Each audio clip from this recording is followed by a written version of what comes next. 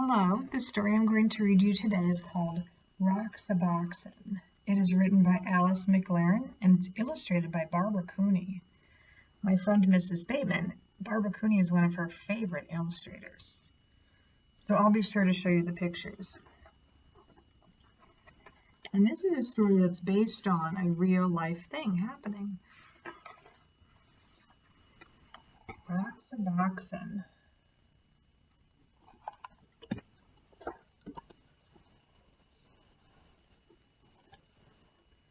Marion called it Roxaboxen. She always knew the name of everything. There across the road it looked like any rocky hill.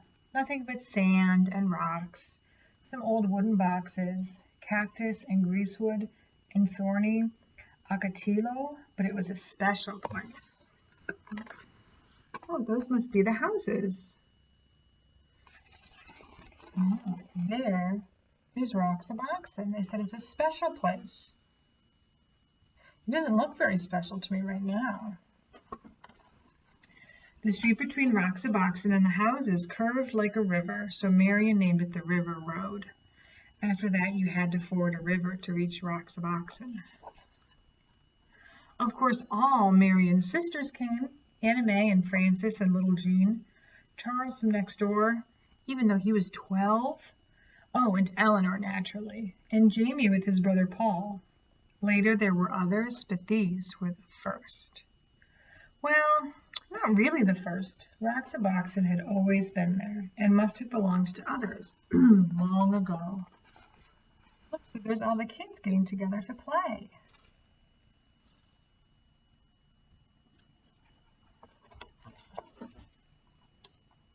Look, do you think this really happened a long time ago? Or like a little bit? Look at the clothes. Do you wear clothes like that?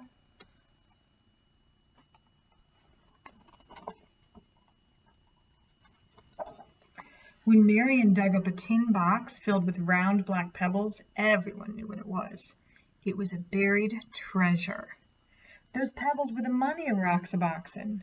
You could still find others like them if you looked hard enough. So some days became treasure hunting days, with everybody trying to find that special kind. And then on other days, you might just find one without even looking.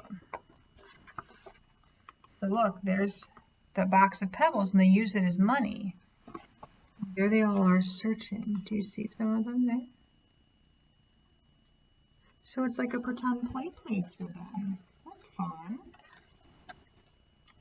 A town of Roxaboxen began to grow, traced in lines of stone. Main Street first, edged with the whitest ones, and then the houses. Charles made his of the biggest stones. After all, he was the oldest.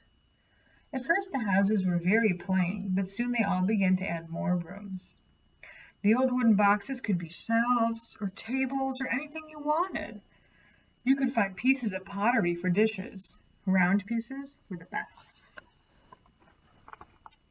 Look, there's their little town that they're making. See the street, and they use the houses to show the rocks to show their houses, and they build with the old boxes. That looks fun.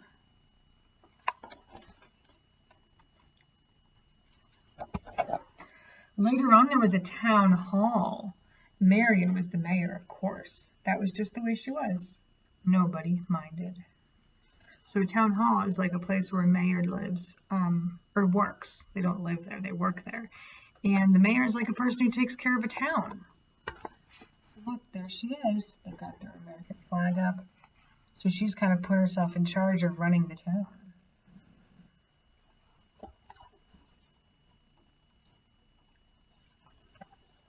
After a while, they added other streets. Frances moved to one of them and built herself a new house outlined in desert glass. Bits of amber, amethyst, and sea green. A house of jewels. Look, there's Frances. And instead of using the rocks, she's used some desert glass that she found. Look, it says Frances, and it says, welcome. That is beautiful. You can see all the different kinds of cactuses behind her. Frances is very creative. And because everybody had plenty of money, there were plenty of shops. Jean helped Anna May in the bakery. Pies and cakes and bread baked warm in the sun. There were 2 ice cream parlors. Was Paul's ice cream the best or Eleanor's? Everybody kept trying them both. In Roxaboxen, you can eat all the ice cream you want.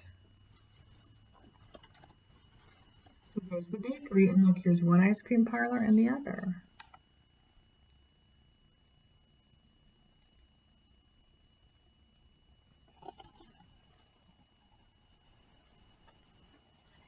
Everybody had a car. All you needed was something round for a steering wheel. Of course, if you broke the speed limit, you had to go to jail. The jail had cactus on the floor to make it uncomfortable, and Jamie was the policeman. Anna May, quiet little Anna May, was always speeding. You'd think she liked to go to jail.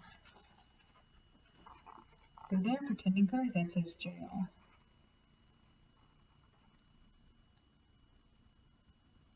And that's just pretend. If you go really fast in a car, for real, you don't go to jail, but you might have to pay some money because it's not a safe thing to do.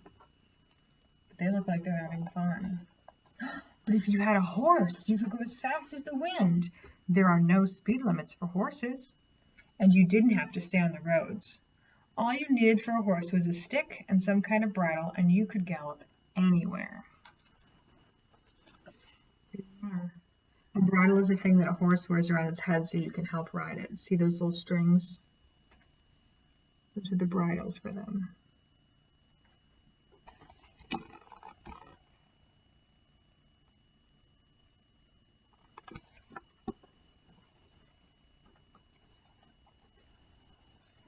Sometimes there were wars. Once there was a great war of boys against girls.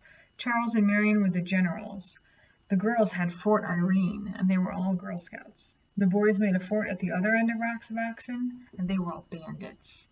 Ooh, the raids were fierce, loud with whooping and the stamping of horses.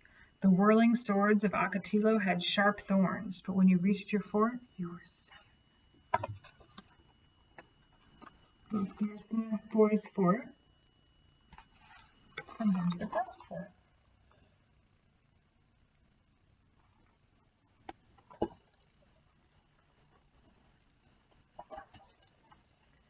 Roxaboxen had a cemetery in case anybody died, but the only grave in it was for a dead lizard. Each year when the cactus bloomed, they decorated the grave with flowers. There's the lizard. And it says lizard. That's nice, so they buried the lizard.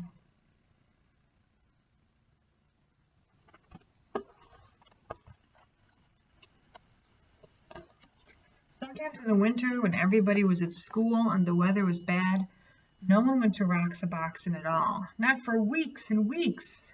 But it didn't matter. Roxaboxen was always waiting. Roxaboxen was always there. And spring came, and the Ocotillo blossomed, and everybody sucked the honey from its flowers, and everybody built new rooms, and everybody decided to have jeweled windows. That summer, there were 3 new houses on the east slope and 2 new shops on Main Street. And so it went. The seasons changed and the years went by, and Roxaboxen was always there.